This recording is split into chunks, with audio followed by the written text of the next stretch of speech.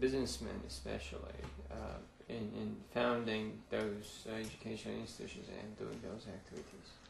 You know, that's a very interesting point, and I think one of the things that to me was very encouraging, especially when we would go and meet these groups of people who were interested in supporting the Gulen movement, because they were made up of engineers, they were made up of doctors, they were made up of clothing manufacturers, investment capitalists, businessmen, all the, you know, you name it, from all over walks of life.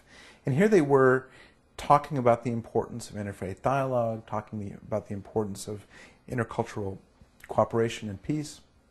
And I thought to myself, you know, my experience has been that when you get people together for interfaith dialogue, it's usually clergy people or academics. You know, it's a very kind of closed community in terms of the folks who have that interest.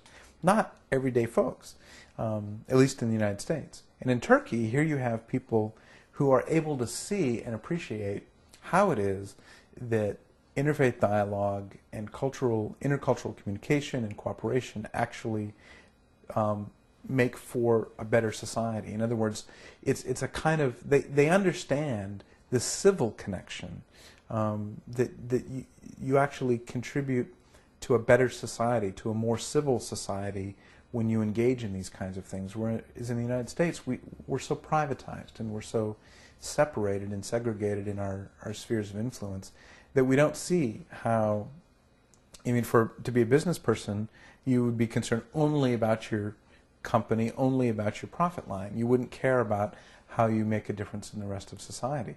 In Turkey, that's not the understanding. And so it was refreshing, it was encouraging, inspiring to see these businessmen who would take an interest in interfaith dialogue when before my experience has taught me that, you know, it's only other academics who seem to take an interest in this. But this was a real life part of how they felt that they could make a difference in the world.